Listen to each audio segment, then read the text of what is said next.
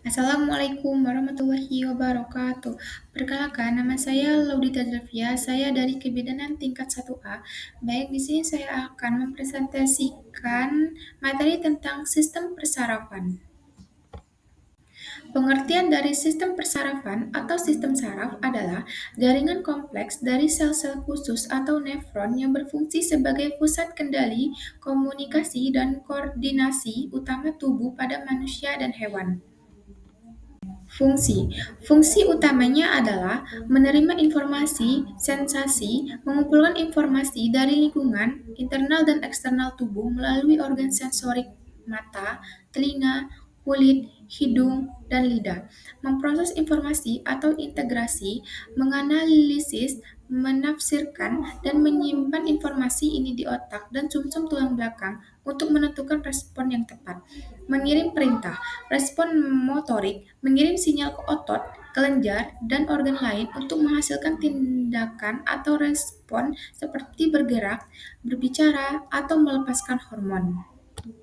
Selanjutnya, secara sederhana, sistem saraf memungkinkan tubuh untuk bereaksi terhadap perubahan di sekitarnya dan menjaga homeostatis atau keseimbangan internal tubuh. Sistem saraf terbagi menjadi dua bagian utama. Yang pertama, sistem saraf pusat atau SSP terdiri dari otak, sumsum tulang belakang. Ini adalah pusat prosesan utama. Yang kedua ada sistem saraf tepi atau SST terdiri dari semua saraf yang bercabang dari SSP ke seluruh tubuh. Ini bertindak sebagai jalur komunikasi. Berikutnya yaitu sistem saraf pada refleks bayi baru lahir. Peran sistem saraf pada refleks bayi baru lahir sangat penting karena refleks ini merupakan respon otomatis dan tidak sengaja terhadap stimulus tertentu yang menunjukkan bahwa sistem saraf pusat atau SSP bayi berkembang dengan baik dan berfungsi untuk membantu mereka bertahan hidup. Pemeriksaan refleks ini merupakan bagian vital dari penilaian kesehatan bayi baru lahir. Berikut adalah gambar contoh dari mekanisme gerak refleks. Selanjutnya, penjelasan mengenai refleks Moro dan Rotting atau mencari. Refleks primitif bayi baru lahir. Refleks primitif adalah gerakan involunter yang berasal dari SSP yang lebih rendah dan secara bertahap menghilang seiring dengan matangnya otak dan perkembangan keterampilan motorik yang disengaja atau volunter. Yang pertama ada refleks Moro atau Moro refleks, refleks kejut. Refleks Moro sering disebut refleks kaget. Refleks ini biasanya terjadi ketika bayi dikejutkan oleh suara keras, gerakan mendadak, atau sensasi seolah-olah jatuh, misalnya saat dibaringkan dengan cepat. Sebagai respon bayi akan segera cepat merentangkan kedua tangan dan kakinya ke samping, membuka telapak tangan, menangis, lalu menarik kembali tangan dan kakinya ke arah tubuh.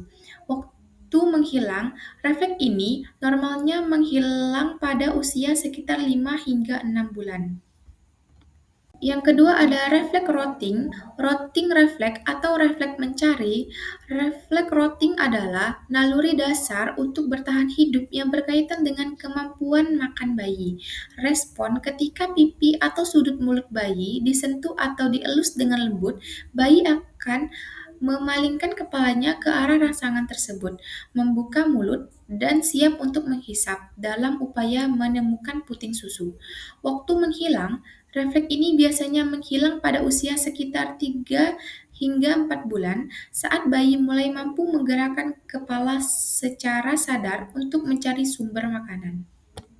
Dilanjutkan dengan signifikasi dan penilaian kesehatan bayi. Keberadaan dan hilangnya refleks-refleks primitif ini pada waktu yang tepat sangat penting untuk menilai perkembangan neurologis bayi. Indikasi sistem saraf normal.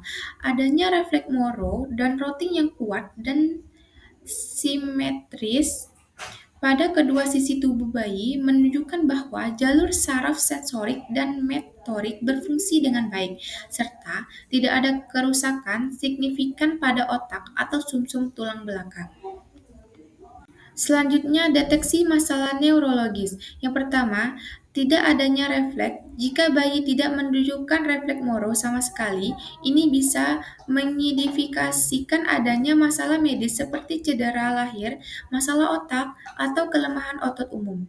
Yang kedua ada respon asimetris, respon yang berada di antara sisi kiri dan kanan, misalnya hanya satu lengan yang bergerak saat refleks moro, mungkin menandakan cedera saat prefer pada salah satu sisi tubuh seperti cedera plexus brachialis. Yang ketiga ada refleks yang bertahan lama, refleks yang masih ada setelah usia normal menghilangnya. Misalnya, refleks Moro masih ada pada usia 9 bulan dapat menjadi tanda adanya keterlambatan perkembangan sistem saraf pusat karena refleks volunteer seharusnya sudah mengambil alih. Baik, mungkin itu saja yang dapat saya sampaikan pada materi kali ini. Mohon maaf jika ada salah kata. Wassalamualaikum warahmatullahi wabarakatuh.